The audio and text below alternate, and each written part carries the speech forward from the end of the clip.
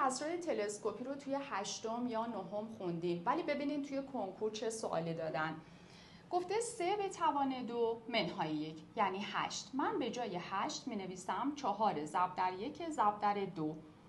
به جای 25 منهای 1 می نویسم 4 ضرب در 2 ضرب در 3 و نهایتاً آخری میشه 4 ضرب در 7 ضرب در 8.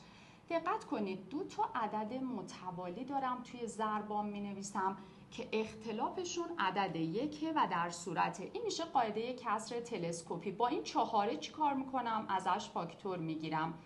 تو کسرای تلسکوپی ما فقط با عدد اول و آخر کار داشتیم، یعنی 1 منهای 1/8.